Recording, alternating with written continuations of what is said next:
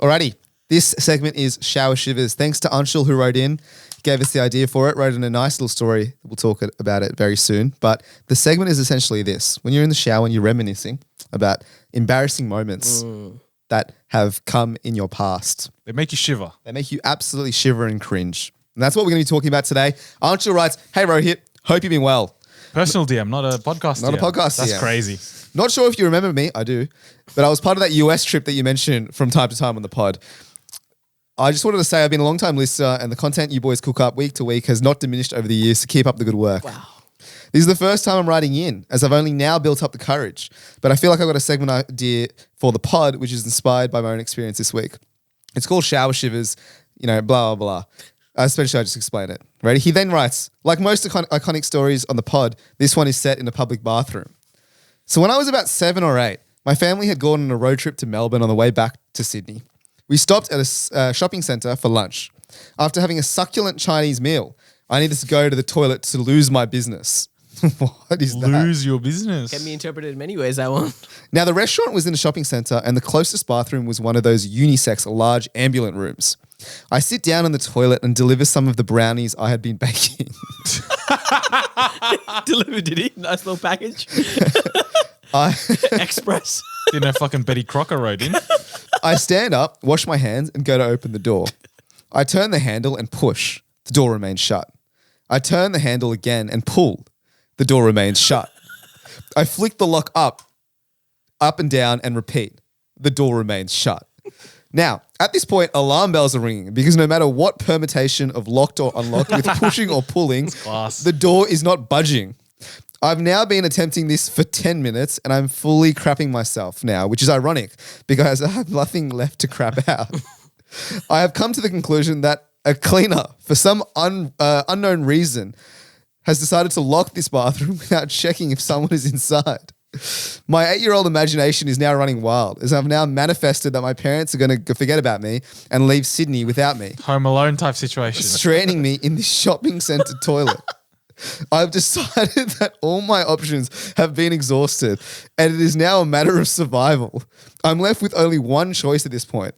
I've resorted to shouting at the top of my lungs and banging the bathroom door, yelling, "Help me! Help me!" Jangling the door handle up and down. This is where the memory becomes one of my most cringe and painful. I have remembered, and one which I will have to live with forever. While banging and twisting the handle of the door, a small gap between the door and the wall opens. I stop, grasp the handle again, and open the door fully. It was a sliding door. Oh my days. I walk out of the bathroom to see a congregation of 15 to 20 odd people staring at the door back at me, as I can only imagine what conclusion they have come to after hearing a prepubescent high-pitched squeal of "help me" coming from a public toilet. The feeling of almost 24 pairs of eyes beaming into the back of my head as I walked back in shame is one that will not leave me. Anyways, if you made it to the end, thanks for reading the whole story. Hopefully you and the boys enjoy it. I did enjoy that story. Fuck that. Surely you know there were slides when you went in. You clearly didn't try every permutation. Yeah, there was one you missed out on. Yeah. But what kind of door is a sliding door? I've never seen a public bathroom have a sliding door. And so he's also said lock. He did the lock up and down. But what slide door has a lock up and down? No, I get it. Like you slide it and then the lock, there's still a latch. I've never seen this before. Doesn't your back door is sliding and it has a lock? Yeah, it's a back door though. Like not a toilet, public bathroom door. This is back in the day, man. I don't know what to Yeah, tell you. maybe. I've seen, there are sliding doors these days for toilets, but they're automatic. And this is Yeah. probably, You push the button. This is probably pre-automatic days. Yeah, maybe. But all I'm saying is, brother, you had to get in somehow. And Yeah. you did it by opening a sliding No, door. maybe the door was open. You had to close it. That is Yeah. true, yeah. To which he also locked. To be fair, he's also 8 in this story. So the guy is probably like, yeah, I mean, And look, he did say he had to deliver the package promptly. So I yeah, he don't was not expect, thinking. yeah. You're right. He was probably just focused on one thing and that's dropping the kids off to the pool. Do you know what I mean? It's not the mechanics of the door. That's fair. But It to is be fair- embarrassing though. It is embarrassing. That is absolutely embarrassing. That second part really gets you. The fact that, what everyone else is probably thinking Oh man, when yeah, he's well, screaming for help.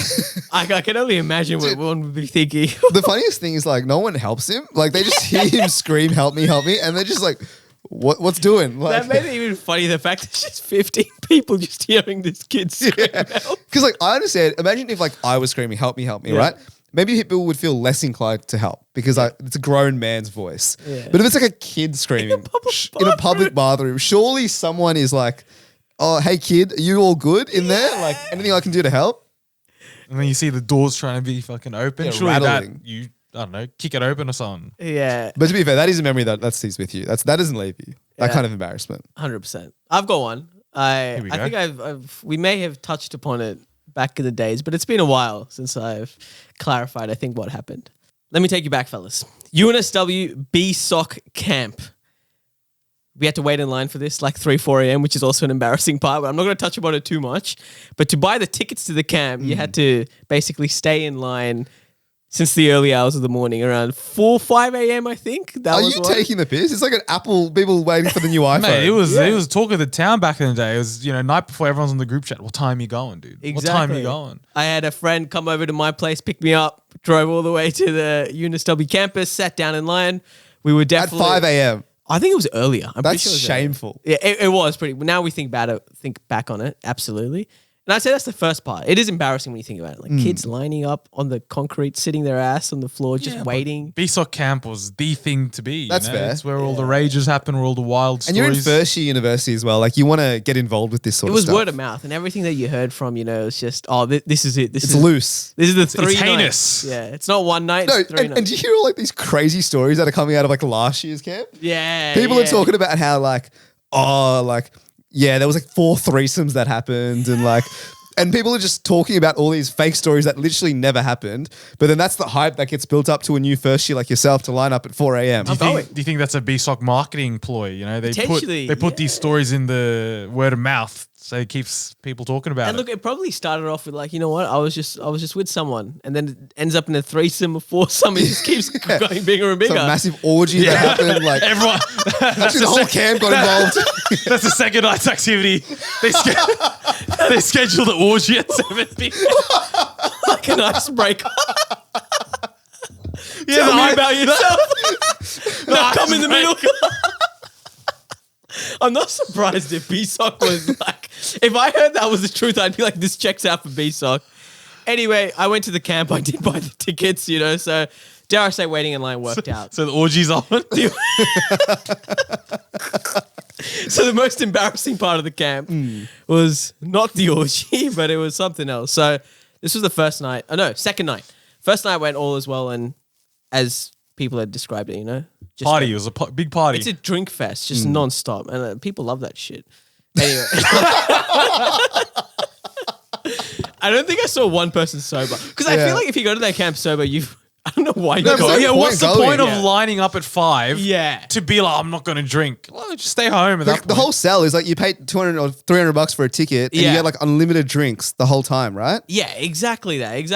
And I'm pretty like what do they call them? Mentors or something? I think that's what they call them mentors. Bro, they're not men. They're peer pressurers. I That's call what them they're groomers, but that's besides the point. It's like dead set hazing actually what goes on those camps, seriously. Yeah. Anyway, second night, we're all smashed. Let me describe the situation. It's this weird part of like on the left hand side you've got all like the blocks where everyone's like sleeping, right? The dormitory areas, whatever. Yep. And then there's like a full grass area, and then for some reason there's a peak where you lead up to a hill, and then once you go down the hill, everything is there, like basketball courts where you can chill, relax, whatever. So we're at this point where a lot of people are at the hill and they're going down to, start the orgy. Or start the night, sorry. My bad. Anyway, I'm at the top of the hill and I've taken my 1 gram of Rizzling. I'm I'm prepared. I feel super confident. And here I am chatting away. And What was the guy's name? shut up. I'm a little bit inebriated at this point. I have forgotten that there's a hill below me. And You focus on risen. Yeah, my mind was on definitely the rizzing, and I step back and down I go, down I stumble. You toppled the hill. I fell down. Fuck yeah. I rolled completely down. It was one of those things where it's like you're not rolling, like I don't see, right? This guy's got uncoordinated riz. That unco riz. I think it's more of that tiz, bro, with the way I reacted. So you fell down the hill mid riz. Mid riz, I was talking and I must have done something where I stepped back and I was about to say something. Yeah. My foot unfortunately did not meet anything, and it went down. And So I you were immediately- stumbling backwards. pretty much. Fucking hell. How steep was this hill? Were you rolling or what? I was. I rolled for at least a good 10 seconds. Far out. Anyway, I land and I'm inebriated. I don't know my ankle's fucked. Yeah. But I know my ankle's fucked. I stand up and I'm like, all right, let's get Yeah, on down, everyone. where's Clara? Bring her back. She's at the top of the hill. She impressed you? Yeah, I see a few people laughing and I'm like, ooh, this one's tough. This one's tough to get by. Anyway, so I fell down and I was like, you know what? The Rizzling has gone down. It's been digested. It's never coming back up. I then just start limping. And of course, in my state, I don't realize why. Yeah. And so I'm just limping. And then it's been like a good 10 minutes. And someone goes, hey, man, you all right? And I'm like, yeah, bro, I'm fucking fine, man. I'm chilling, bro. Said exactly like that. Yeah. Like, have a drink. See you later, man. And anyway, I start limping. And then what I don't know is that my ankle is fractured at this point. I don't know that. That's a first. Yeah. Fracturing a bone while trying to rizz a girl up at a BSOC camp. While completely intoxicated. Anyway, I go back, go to sleep. I wake up. And it's one of those things. It's like a bunk bed, right? So I'm at the bottom when, I step aside, put my foot down, my left foot goes down, and then I immediately fall to the ground. Like I can't put any pressure. And it's like this loud thunk because I've just fallen to Yeah, the you ground. just collapse. And the person above is like, oh shit, what's going on? What I don't realize, the person above is also with someone else. Getting it on. They've done the successful route. I have failed at that point in time. But that whole day, which was like the last 4 hours before we exited the camp, I was just limping and almost skipping on one foot because that was the only way I could traverse the rest of that camp. That's an L, bro. Unfortunately, that is a fat L. So you fractured your ankle trying to rizz a girl at BSOC camp. Pretty much. That's wild. That's wild. I've got one, not as rizzling as yours. This is back in the day. I embarrassed myself at the Birkenhead outlet store as a kid, which was unreal. So I was probably like, same as old mate that submitted a story, like 7 or 8. It's doing whatever, not there to shop, but my parents were there to, capture all the deals at Birkenhead outlet. Yeah. And then I was just waiting, and then legs getting a bit tired. So I sat down at the food court area, sort of seats, cafe, whatever it may be.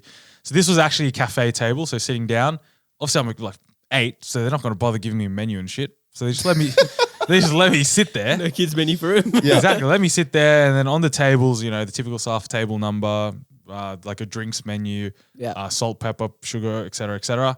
And then my 8-year-old brain thought of a fantastic idea that, has anyone ever mixed salt and sugar before? This could be a unreal mixture. New combination. Exactly. So I Anthony Bourdain. Exactly, man. I'm next. I'm up next. Master chef. There you Exactly. So I unscrew the salt shaker, right? Beautiful. And then I rip open a couple of raw sugar packets, white sugar packets, and I start pouring it in, right? Into the salt. Yeah. And in my head, I'm like, fuck, when is news.com gonna interview me for this fantastic invention, right? When's Gus? Exactly. When's gonna write Gus an article? McCubbing gonna come to me and interview to figure out how I invented this, right? And then, I pour one in, I start to open up a second one, and then I hear from the table across me, like, hey, what are you doing? Right? And I look over, and then it's just this Karen looking lady, like probably 56-year-old middle-aged woman's and she's giving me a stern word. She's like, what are you doing? Like full finger in my face. What are you doing? Don't do that. That's not and it's telling me off, right? Yeah. And then she calls a waiter Oh. over, and then she's like, this boy is doing this. He's doing this, telling me off. Yeah. The waiter doesn't give a shit. Realistically, the waiter's, Salt literally goes for 10 cents a kilo, bro. Exactly. Just pour the salt and replace the shake. It's not even that hard. the waiter's probably there as an after-school gig, just earning a quick buck. Doesn't give a shit, right? Scolding me. And the waiter walks off. The lady's still trying to rip into me, and I just walk away. But that moment You're getting shivers. it just gets me because the way I got scolded in public by another Someone person. you don't know. I think that's Exactly. the worst part. The fact that you don't know and this person's just hating on you. Is that embarrassing? Or what's the actual emotion you feel? I think it's the shivering. It's the scare. The Yeah, fear. thinking about it, it's also a little cringe because people are watching. I'm in a spotlight. I'm nervous. I'm They're probably thinking this kid's a fucking hooligan, dude. That's true. If you're He's a getting rapscallion. accosted in public like Exactly, that, man. that is tough. Yeah. Mine is, dude, my most embarrassing moment was in primary school. Yeah. I was literally 7 years old. It was lunchtime. Yeah. And my mum had packed me a beautiful pack of 12 chicken wings. 12. Must be As a growing nice. boy, mate, that's unreal. Wow. Yeah, that actually is a lot for a 7-year-old now that you mention it. That costs you about $20 at any pub these Yeah, days. Your mum was Jesus. treating you. So I'm sitting there, and bear in mind, at this time, primary school, I actually had very few friends. Fucking loner, bro. Like I'll just put it out there. I had no friends. So Is that the embarrassing moment? that plays into it because I was at lunchtime eating these chicken wings by myself on the concrete floor. Wait, what do you mean you have no friends? Everyone has someone, Also, man. how did you pack? So wait, what are these? Are these like the really thin wings? Yeah, they're thin wings. Okay. Because The drums. fat 12 wings, and I'm like, No. They're like the ones. Yeah, they're drumettes, drumsticks, very small. Okay. They're not like KFC size. They're like tiny, right? So I'm sitting there cross-legged. I imagine this. I imagine this very vividly. I remember it. Cross-legged, eating my chicken wings on like the asphalt. yeah. No one around me. And so I'm just eating there, sitting there. I'm like eating wing number 2, wing number 3, and I'm enjoying the wings so much. Like they're so good. They're like honey soy or something, right? I'm sitting there like this is the best wings I've ever had in my life. And I need to go to the bathroom. And I'm like, I'm enjoying these wings and I'm still got like 6 to go. Don't tell me. So instead of going to the bathroom, I've just pissed.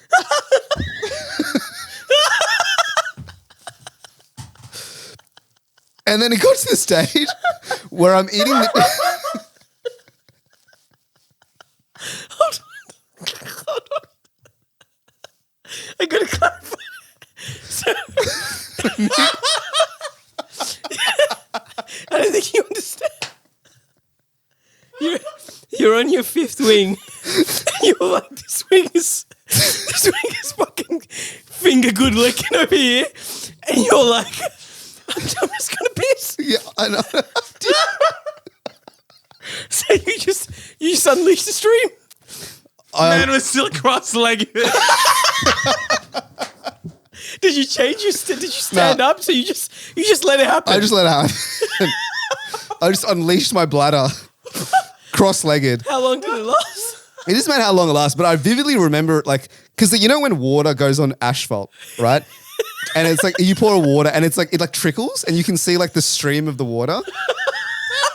There was just a pool generating under you. There was a Fucking pool. puddle. There was a pool. It was a puddle underneath me, and then you could see it trickling. And then I was really mesmerized by the trickling. So I was sitting there like, and I was like, You see why you had no friends? I can see it so much. This kid's mesmerized by his own piss. enough of the hate. All right, it's not that funny of a story. Mate, it is. It absolutely is. Okay, so you mesmerized by the piss. Tell me you did something, or did you just eat your wings? I was just eating the wings. And you called it a day. No, and then the teacher came up to me, and then she's like, "What is happening here?" And I was like, "Miss, would you like a chicken wing? They're really good." And then to be fair, the most embarrassing part was having class after that, Yeah. and obviously I've actually just pissed my pants. Like that's objectively what's happened, right? It stinks of urine. The teacher's like, "Oh, let me get you a change of pants." Yeah. So she's gone to Lost Property, found me a change of pants, called my parents. My parents have come in to pick me up because I need to like have a shower. And they've sat me down and they're just like, this is just not on. No more chicken wings. No for you, more brother. chicken wings. And then I did leave the school like a year later, honestly, low-key from that incident. I can't believe you thought the chicken wings were that good that in your mind. Just envision this, right? You're the teacher. You walk in on duty. You see one kid sitting by himself, cross-legged, just eating wings, and then some fucking stream of water just emerges from his. And he's just watching it happen. I just can't.